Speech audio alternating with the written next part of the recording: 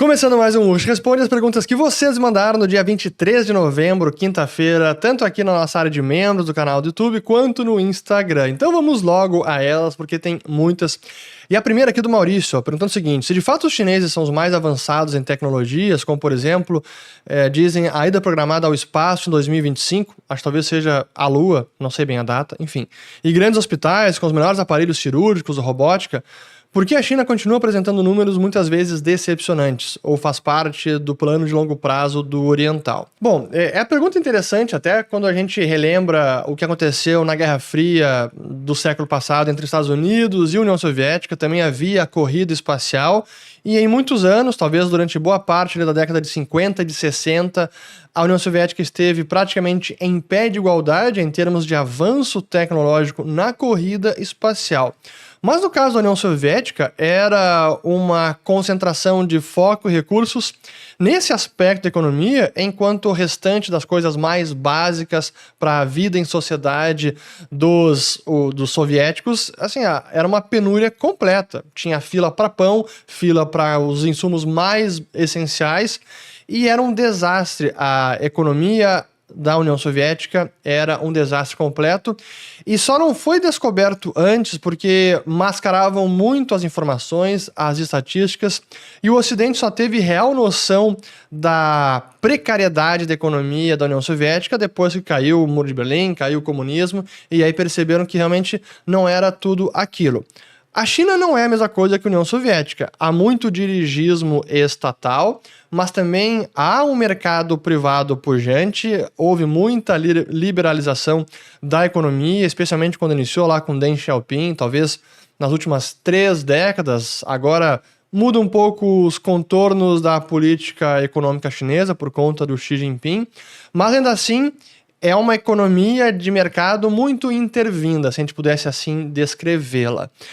E, claro, como uma economia com muito dirigismo, o Partido Comunista também foca seus esforços em questões de prestígio, em questões da nova Guerra Fria, na competição com os Estados Unidos, e a guerra espacial costuma ser uma dessas. Mas não apenas, é na robótica, é na inteligência artificial, em tecnologia como um todo, e não apenas por questões de prestígio, mas até por uma ambição de supremacia militar. Avançar na tecnologia, inteligência artificial é um dos objetivos para que o Partido Comunista alcance ou que consiga preencher todo o programa do Xi Jinping de a potência hegemônica até 2049, que é o centenário da Revolução Comunista na China. Então eu diria que é isso, mas só para completar a resposta, quando a gente compara indicadores de qualidade de vida, expectativa de vida e PIB per capita, ainda assim a economia americana e de outros países é muito maior do que a chinesa. A China vem crescendo e melhorando, mas ainda assim está muito abaixo por conta das próprias políticas do Partido Comunista até o início da liberalização. Pô, vamos nos lembrar da grande fome causada pelo grande salto adiante, o Great Leap Forward, que era o programa do Mao Tse-tung, fracasso completo, gerou uma das maiores fomes da história do planeta, milhões de mortos.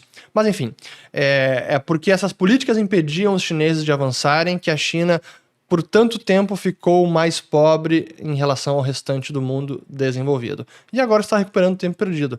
Se o Xi Jinping não intervir mais e realmente permitir mais liberalização da economia chinesa, ela poderia enriquecer mais rapidamente, mas infelizmente não é o que nós estamos vendo. Aqui do Everton: Milei obtendo êxito em reerguer a Argentina daqui a alguns anos, podemos avaliar que a população latina ficará mais atenta à velha política, que predomina há décadas, e buscar por mudanças relevantes no futuro? Uma nova América Latina pode ser reescrita daqui a alguns anos? Sem dúvida que um governo exitoso na Argentina deixará uma marca histórica e que terá repercussões, eu diria, em todo o continente. Assim como o próprio Chile conseguiu implementar políticas de mais livre mercado e por muito tempo, e ainda é uma das economias mais desenvolvidas da América do Sul, e serve como exemplo em vários quesitos, se a Argentina conseguir lograr isso, seria espetacular para o restante do continente, sem dúvida alguma.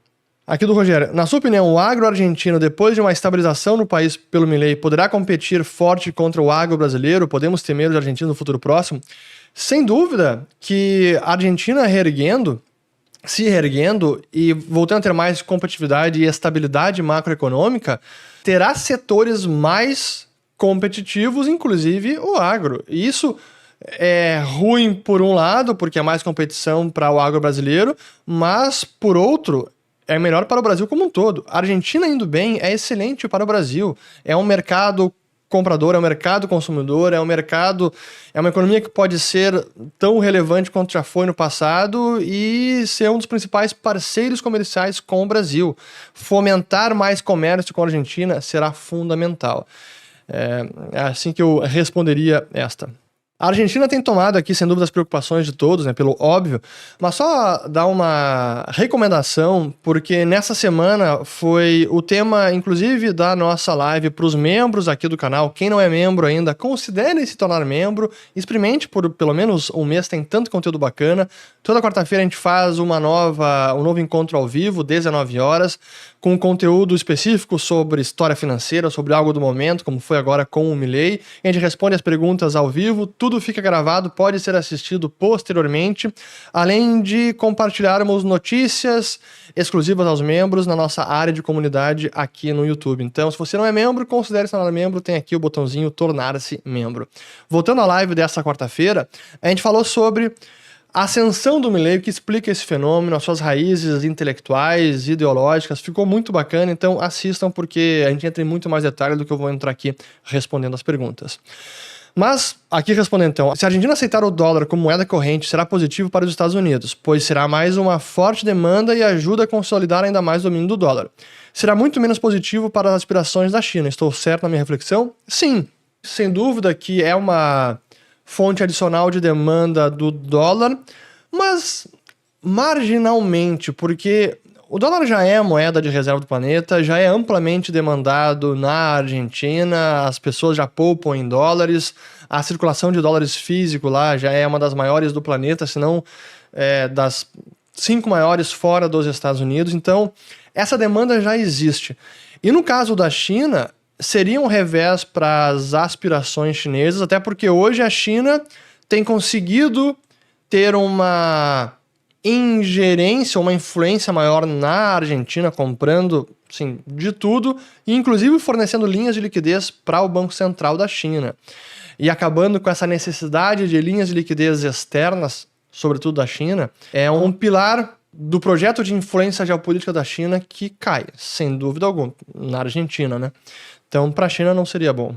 Aqui do Rogério. A ascensão da direita na Europa significará mudanças econômicas ou apenas políticas, especialmente no que se refere à imigração? Excelente pergunta, e eu diria que essa tem a ver com a recente eleição do partido da direita na Holanda, o seu Wilders, que ganhou e com uma ampla margem que não era esperado. Ele que é um veterano da política holandesa, é da direita, alguns dizem que é mais extrema direita, mas enfim, uma das suas pautas principais foi a oposição ou a crítica à imigração, especialmente dos refugiados nesses últimos 15 anos que a Europa acabou recebendo do Oriente Médio, vários países, e realmente isso é um problema na Europa. Mas respondendo a pergunta, essa mudança da direita pode significar mudanças econômicas ou apenas políticas? Normalmente, isso não é uma regra sem exceções, mas normalmente os políticos mais à direita tendem a ser mais pró-mercado, menos intervencionismo. Normalmente, mas isso não é regra. Então a gente poderia esperar algumas mudanças nesse sentido. Porém, eu diria que a principal pauta hoje da direita, até na Europa, é justamente pelo complicadíssimo problema da imigração. Isso é em vários países, na Europa Ocidental, é na Itália, na França, na Alemanha, na Áustria, na Holanda, na Bélgica, na Irlanda. Agora a Irlanda está assim, quase em ponto de ebulição por conta de um ataque que teve de um imigrante que esfaqueou e matou um adolescente, uma criança, e tá assim, enormes protestos e quebradeira pelas ruas, pelos irlandeses protestando contra essas políticas que trouxeram imigrantes para o país. O mesmo acontece na Suécia, o número de, assim, a criminalidade lá subiu muito e uma boa parte disso vem dos refugiados ou imigrantes. Então é um problema político na Europa enorme e a ascensão da direita lá é também uma resposta a isso, porque a esquerda e os partidos que governaram nos últimos 15 anos, ou que foram dominantes na política europeia, foram muito lenientes ou convidativos com a imigração, e uma imigração que eu diria que não é da melhor qualidade, porque vai para o país, se aproveita do estado de bem-estar social, assistencialismo, benefícios, e são culturas que não se integram com a cultura europeia, cristã, que é muito diferente. Então, sem dúvida que tem trazido problemas. Além disso, eu diria que a segunda pauta, que também está cada vez ganhando mais relevância para a política europeia, é a questão da transição energética, mudança climática. A Alemanha, eu sempre cito o caso da Alemanha, porque agora até eu vou fazer um vídeo sobre isso, porque a transição energética na Alemanha está trazendo agora um fardo fiscal que pode levar à dívida pública da Alemanha. Está virando um tema, e é um tema em outros países também, especialmente aqueles que avançaram muito nesse tipo de programa energético que acaba trazendo insegurança energética e custos de eletricidade maior, como é o caso da Alemanha. Então essas duas pautas eu diria que hoje estão na lista de prioridades da direita europeia: imigração e talvez em segundo lugar a transição energética também. Mas, então, traz consequência econômica, a ascensão da direita, mas eu diria principalmente política. Tá muito grave lá a situação, realmente não dá para menosprezar o que está acontecendo na Europa com a questão da imigração. Aqui do Ahmad: qual o potencial do plano de Milei em relação ao tempo de mandato? Dá tempo em um mandato? Sem dúvida que dá para fazer muita coisa em um mandato, mas algumas reformas talvez demandem mais tempo, outras não tanto, mas sim, dá para fazer muita coisa em termos de redução do Estado, venda de empresas estatais que são desnecessárias, fechamento de empresas, assim, na parte de reforma laboral, na parte de redução do gasto público, de eliminação de regulações, que também lá tem muita burocracia. Então dá para fazer bastante coisa sim. Agora, tudo, talvez não. Mas se ele fizer 20% do que pretende, já seria excelente. Aqui do Jonatas: como estão os indicadores antecedentes de recessão nos Estados Unidos, no Brasil e no mundo? Bom, antecedentes Estados Unidos. O último vídeo foi sobre isso, inclusive. O de outubro saiu, que é o da Conference Board, Leading Economic Indicator, indicador econômico antecedente, mostra ainda uma contração, que é o 19º mês consecutivo de contração deste indicador, que é um indicador antecedente que está em zona de recessão. Então, nos Estados Unidos, a probabilidade de recessão ela ainda é elevada. Brasil, menos que Estados Unidos, mas a economia também vem desacelerando.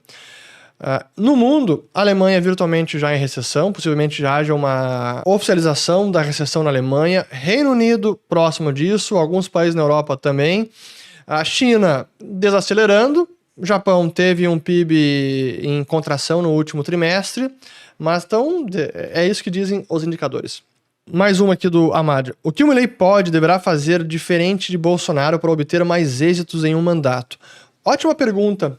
Até para aproveitar esse momento para fazer assim uma distinção bem clara do que é o Bolsonaro e do que é o Milei.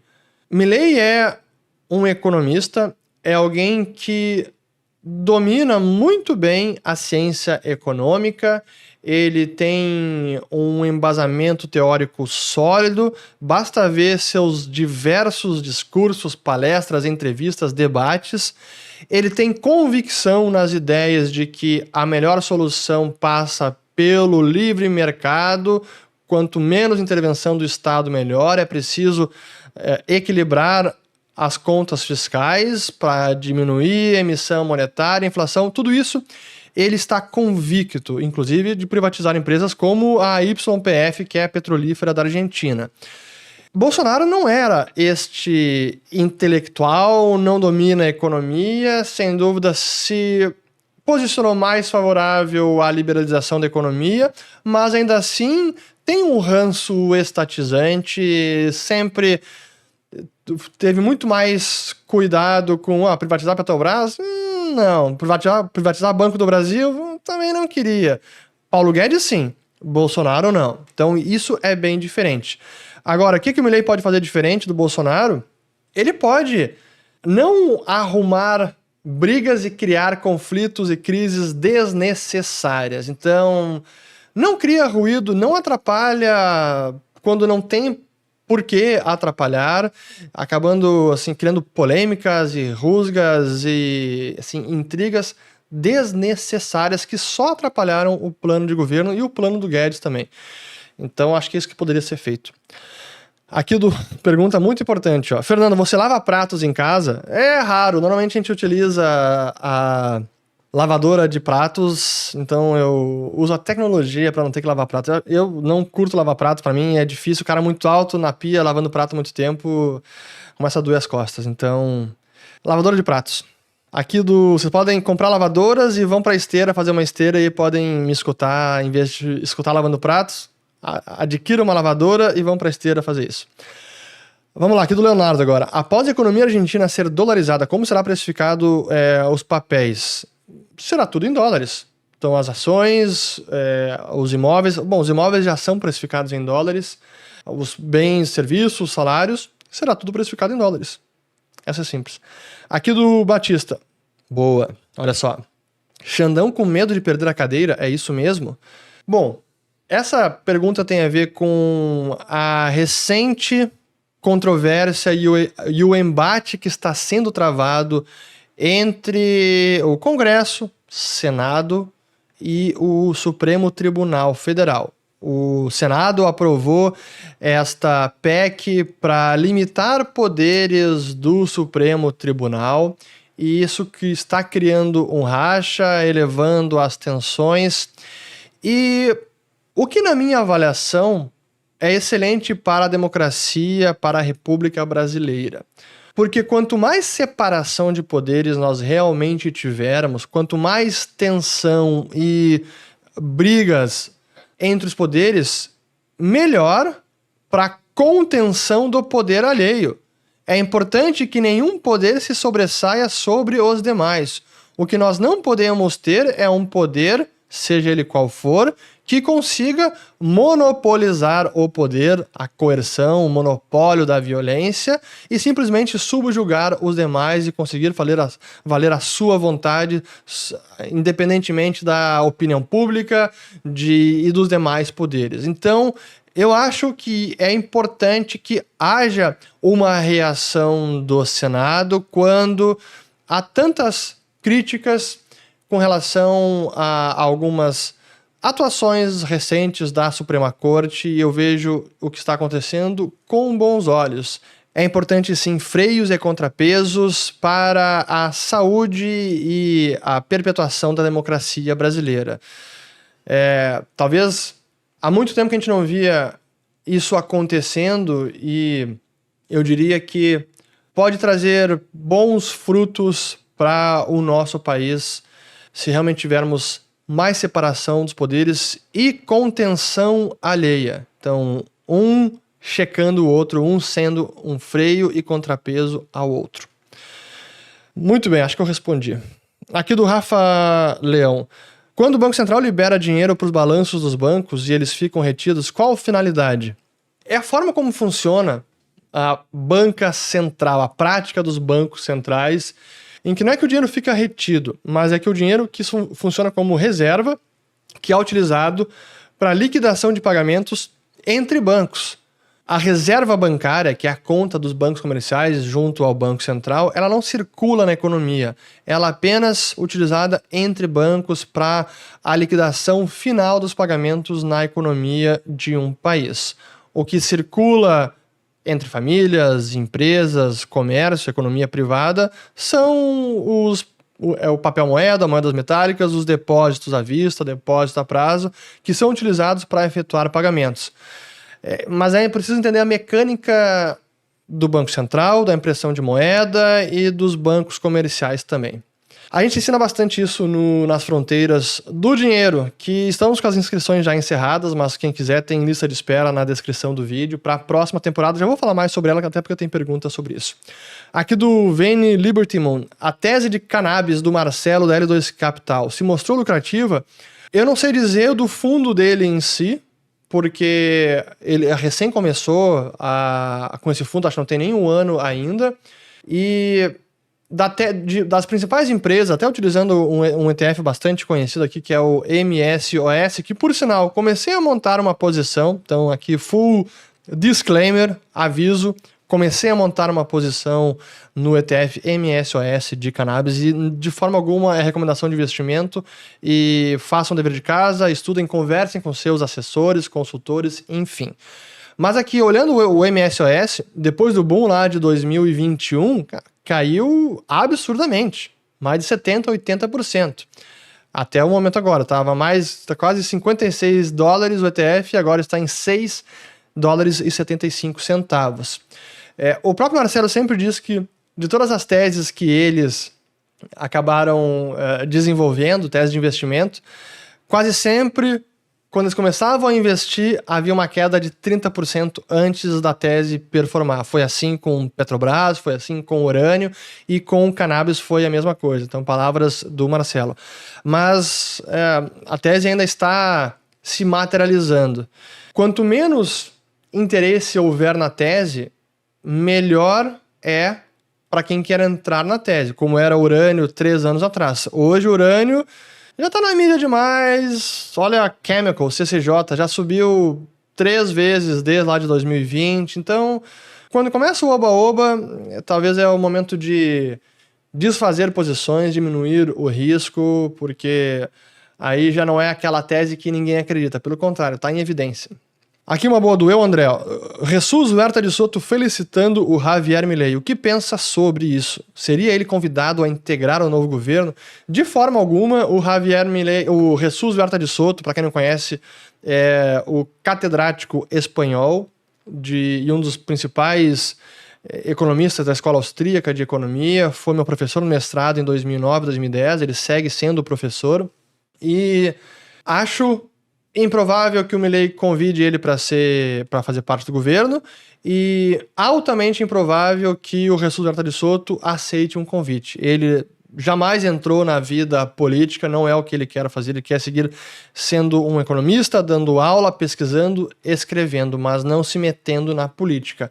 Mas foi muito interessante ver, até foi numa aula recente que está gravada, depois eu coloco até o link aqui, em que ele perguntaram sobre o Milei e, de fato, ele, assim, bastante satisfeito, porque é a primeira vez que alguém que se autodenomina um anarcocapitalista, o Huerta de Soto é um anarcocapitalista e o Milei também se denomina que chega à presidência de um país, mas não apenas isso, mas também um economista que, como eu falei, domina a ciência econômica, entende com profundidade as teorias mais elementares e fundamentais da economia e que, quando são implementadas num país, trazem prosperidade, eliminam miséria, pobreza e geram, de fato, mais riqueza e elevação do padrão de vida da população. Isso é excelente e é inédito.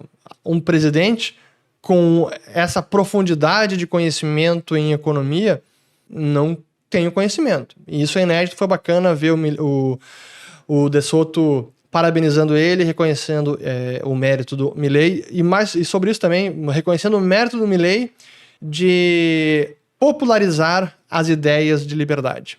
Aqui do Daniel, tem $1 milhão em tesouro americano, corro algum risco? Claro, corre algum risco. O tesouro americano não é livre de risco, embora digam que é o ativo livre de risco. E por que corre algum risco? Bom, primeiro, toda a sua concentração de patrimônio é o tesouro americano, então está tudo num único ativo.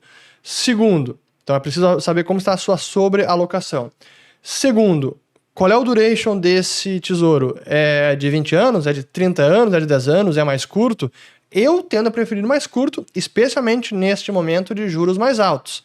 Tesouro americano tem um problema do fiscal americano que eu não gosto nada. Para mim está muito frágil e daqui a pouco pode dar algum problema. Então, dívida corporativa americana hoje, para mim, tem uma nota de crédito da Agência de Classificação de Risco URRIS, corporações americanas têm uma nota de crédito superior à do Tesouro americano. Então eu preferia emprestar para uma Apple da vida do que para o Tesouro americano. Mas é preciso, assim, respondendo de bate-pronto, qualquer ativo você corre risco. É importante entender qual é esse risco. Se você colocar $1 milhão em papel moeda debaixo do colchão, você corre risco. Alguém pode roubar a sua casa, o quarto pode pegar fogo, a família pode correr... Enfim, qualquer coisa pode acontecer. Então, qualquer investimento, qualquer alocação tem algum risco. É importante que você entenda plenamente quais são esses riscos e que mitigue-os. Aqui do Jackson. Qual a grande diferença entre a escola austríaca e a escola de Chicago? Para resumir bem rapidamente. Primeiro, de epistemologia, a metodologia da escola austríaca é talvez singular dentro das diversas linhas de pensamento econômico. E 2, no campo monetário, os austríacos defendem concorrência de moeda, liberdade monetária, e os chicaguenses bem menos, ou quase nada. O próprio Milton Friedman, ele defendia Banco Central, se bem que no fim da sua vida ele defendia uma política monetária automática. Ele defendia a inteligência artificial para a política monetária. Define lá 2, 3% de crescimento da base monetária e está dada a política monetária que não pode ser alterada pela discricionariedade e subjetividade de seres humanos falíveis. Então, talvez menos pior do que o sistema atual. Talvez, mas essas são duas grandes distinções. Metodologia e a visão sobre dinheiro e Banco Central. Do Rod aqui, como a Argentina ainda é mais rica que o Brasil? É difícil ter certeza que isso é verdade, porque a gente mede isso pelo PIB per capita, quanto um país está produzindo por cabeça, e depende de medidas de taxa de câmbio para equalizar, né? Tem que ser precificado isso em dólares, e pelo caos do câmbio da Argentina, essa análise acaba distorcendo. Mas é possível que ainda seja. E por quê?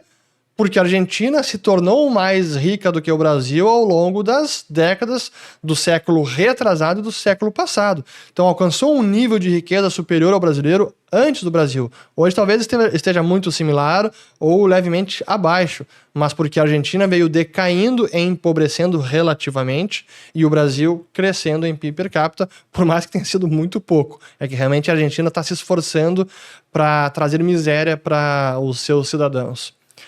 Aqui do Ricardo, 177 bilhões de déficit fiscal, consequências possíveis. É o que já era esperado, assim. O déficit esse ano tende a ser maior, talvez até por uma tentativa de antecipar despesas, então gera um déficit maior esse ano para o ano que vem conseguir alcançar a meta fiscal, que ainda está incerta. Mas a consequência possível é o fiscal frustrar uma queda mais rápida de juros. Essa pode ser uma consequência. E aí, juros a dívidas do Tesouro Brasileiro vai se manter no patamar mais elevado por mais tempo. Aqui do Igor Vanderlei. Vale quanto essa nota? Pois a nota é... Eu coloquei a caixinha de perguntas no Instagram, uma nota do Saddam Hussein. Eu nem sei quanto vale. Eu comprei numa casa de câmbio no Souk de Dubai, então o mercado antigo de Dubai, lá na área antiga, na região ali no centro antigo da cidade, que é fantástico. E tinha uma casa de câmbio que eles também vendiam notas antigas. Eu comprei um bolo de notas de vários países ali do Oriente Médio, algumas o Gaddafi da Líbia, o Saddam Hussein. Eu nem sei quanto eu paguei, mas não foi muito caro, não. Mas eu diria que o valor de mercado tem algum, mas para comprar no Iraque, eu diria que acho que essa nota já saiu de circulação. Confesso que eu não sei, mas eu chutaria que não vale nada para comprar alguma coisa no Iraque, mas para mim vale alguma coisa. Eu estou me tornando um colecionador aí de moedas históricas. Papel moeda. Moeda histórica é mais caro, porque normalmente é prata e ouro, bem difícil. Aqui do Diego. Reações contra o STF beneficiarão o mercado evitando mais inseguranças jurídicas? A insegurança jurídica no Brasil não é apenas do STF, é também do Congresso, é do Executivo, eu diria faz parte da cultura brasileira a insegurança jurídica. Já está no preço, para mim, minha avaliação, traz mais segurança quando há mais freios e contrapesos na democracia brasileira e há mais separação dos poderes. Para mim, isso é positivo. Acho difícil de saber ainda como é que isso vai... Como é que o mercado está precificando isso. Acho que ainda não está bem precificado, caso isso escale de alguma maneira. Por enquanto, não. Aqui do Eduardo. Por que a dolarização da Argentina da última vez não perdurou por muito tempo? Culpa do Banco Central? Pelo seguinte, não houve de fato uma dolarização. O que houve lá com o Carlos Menem foi em 1991 a lei de conversibilidade do Austral, que foi a lei que introduziu o peso como moeda nova, com uma paridade 1 para 1, que como eles chamavam de uno a uno, um peso valia $1 e poderia ser resgatado nos bancos. E o que aconteceu é que para manter uma paridade é preciso que mantenha a estabilidade da moeda, mas se o governo segue tendo déficit fiscal, emitindo moeda, gerando inflação, essa paridade vai se perdendo. E o que aconteceu lá em 2001, se eu não estou enganado, ou 2000, sempre esqueço o ano exato, 2001, dezembro de 2001, foi o corralito, quando o governo simplesmente suspendeu a conversibilidade e reconheceu o que já todo mundo suspeitava. Olha, essa paridade é fictícia, não tem mais como honrá-la, então acabou essa paridade. Mas não foi dolarização. Dolarização seria eliminar o peso, não tem mais peso, não tem mais conversibilidade. A moeda simplesmente deixa de existir e passa a circular apenas o dólar ou outras moedas que os cidadãos escolherem. Essa é a diferença. E ainda do Eduardo aqui sobre o que seria o resgate de passivos do Banco Central que você fala para a dolarização da Argentina ocorrer. Essa é a forma de dolarizar os passivos bancários, sobretudo. Os bancos que hoje são grandes detentores da dívida pública argentina e dos títulos que emite o Banco Central. Então, para dolarizar a economia e fechar o Banco Central, é preciso resgatar o passivo do Banco Central. Papel, moeda de circulação, depósitos bancários, as chamadas LELIQs, que são as letras de liquidez, que é uma dívida do próprio Banco Central que ele emite e os bancos adquirem. É preciso resgatar esse passivo. Então, e esse é um dos passos complexos e esse é um dos grandes temas do momento na Argentina, de como impactar isso. Talvez eu faça um vídeo mais elaborado sobre essa questão, porque vale. Ele é eu diria que é um assunto bem controverso agora, até mesmo entre os aliados do Milei. Como efetuar a dolarização? Tem dúvidas e um debate sobre isso. Aqui do Matheus. Escola austríaca alcançando o mainstream. E agora, como vai ser? Crer numa mudança de paradigma perene? É possível, mas a mudança perene, eu diria, mais duradoura, também depende do êxito do Milei. Não adianta ter as melhores ideias e propô-las se o plano não consegue ser executado, por qualquer que seja o obstáculo, seja uma falta de governabilidade do Milei, falta de jogo de cintura dele, porque judiciário, etc., barraram, enfim. Mas se as políticas não são implementadas, a Argentina não vai sair desse buraco tão cedo. E aí a escola austríaca pode ser desacreditada. Tá vendo aí o liberal, o libertário, anarcocapitalista, a escola austríaca, na prática, não funciona. Tem esse risco. Mas mais a longo prazo, para mim, um dos grandes méritos do Milei foi justamente ter trazido este debate, essas ideias para o debate público. A gente vê na imprensa falando sobre fim do Banco Central, dolarização, emissão de moeda, equilíbrio fiscal, venda de estatais, privatização, escola austríaca, libertarianismo, anarcocapitalismo. Para mim, isso já é uma vitória em si. Mas vai ser uma vitória ainda maior se ele tiver sucesso no seu governo. Aqui do Luiz Antônio. Estou adorando as aulas Nas Fronteiras do Dinheiro. Que bom, obrigado, Luiz Antônio. Pra gente é sempre muito gratificante receber elogios. Eu aproveitei este comentário, não é uma pergunta, para dizer que a gente já está trabalhando na próxima temporada do Nas Fronteiras. Isso significa que estamos em fase quase final de decidir os próximos destinos. E eu já antecipo que vai ser muito bacana, vocês vão gostar. Quem tiver interesse, lista de espera, temos aqui no link, possivelmente nos primeiros comentários, e vai ser bacana. Então, quem não fez parte ainda Nas Fronteiras, por favor, faça parte da próxima, porque tá muito, muito, muito legal. Aqui do Matheus Conrad. Qual o seu pior call de investimentos e os aprendizados desse call? Nem sei se é call, mas eu diria que, voltando lá atrás, quando eu comecei, foi ter operado contrato futuro de dólar, de Bovespa, sem ter o conhecimento, inclusive delegando essa tarefa para um assessor, que foi a pior decisão que eu pude fazer, perdi muito dinheiro. Já falei sobre isso em vídeos. Mas, assim, call de investimento, talvez a própria Tesla possa ser um pior call, embora eu tenha chegado perto, ela quase quebrou em 2018, eu fiz um call disso lá em 2017, fevereiro daquele ano, mas a empresa conseguiu prosperar e, pelo contrário, hoje está aí, acho que o valuation está esticado ainda, mas é uma empresa que dificilmente quebra, ou está muito distante de quebrar, tem um caixa muito parrudo. Esse pode ter sido um call. Felizmente, a única vez que eu investi ou apostei contra foi comprando puts de Tesla, então perdi pouco, não foi relevante para o meu patrimônio, mas foi uma tentativa aí que não deu certo. Eu acho que essa é uma... Bom, e outro call errado, mas que eu também não apostei porque o risco era grande, eu não apostei, não fiz nenhuma operação para apostar nesse meu call, foi os juros americanos, que eu não acreditei que fossem chegar nesses patamares, mesmo a taxa básica e até os mais longos. Imaginei que o Fed tentaria manter os juros mais baixos, apesar da inflação mais elevada. E já fiz vários vídeos sobre isso, então esse foi um call errado também. Aqui para terminar, do Marcelo Miranda. Primeiro, tem alguma sugestão de canal de economia no YouTube em inglês com formato parecido com o seu? Infelizmente não, eu não assisto quase nada do conteúdo que eu faço em inglês e não sei dizer. Um pessoal às vezes recomenda o do George Gammon, eu não sei, que é o Rebel Capitalist. Eu não sei se ele ainda faz vídeos, eu não acompanho ele, mas o que eu consumo de YouTube são até talvez conteúdos mais variados e não relacionados à economia. Normalmente eu busco em inglês algo de mercado, entrevistas, palestras, algum debate, alguma notícia sobre o que está acontecendo, mas um economista que faz o que eu faço em inglês, talvez tenha, mas eu não acompanho. E para terminar, domingo de manhã, todos nós assistimos Fernando Urrich. E o Fernando Urrich faz o quê? Pois o que eu faço domingo de manhã? Primeiro, assim que o vídeo é publicado, eu costumo acompanhar ali a performance do vídeo, os primeiros comentários, e aí vou respondendo, eu mesmo respondo os primeiros comentários. Impossível responder tudo, mas eu tento responder pelo menos os primeiros ali, logo no início da manhã, e vou acompanhando a performance, e vou discutindo com a equipe também, tá performando bem o vídeo, não tá, é preciso mudar a thumb, a capa do vídeo, é preciso mudar o título, o que aconteceu.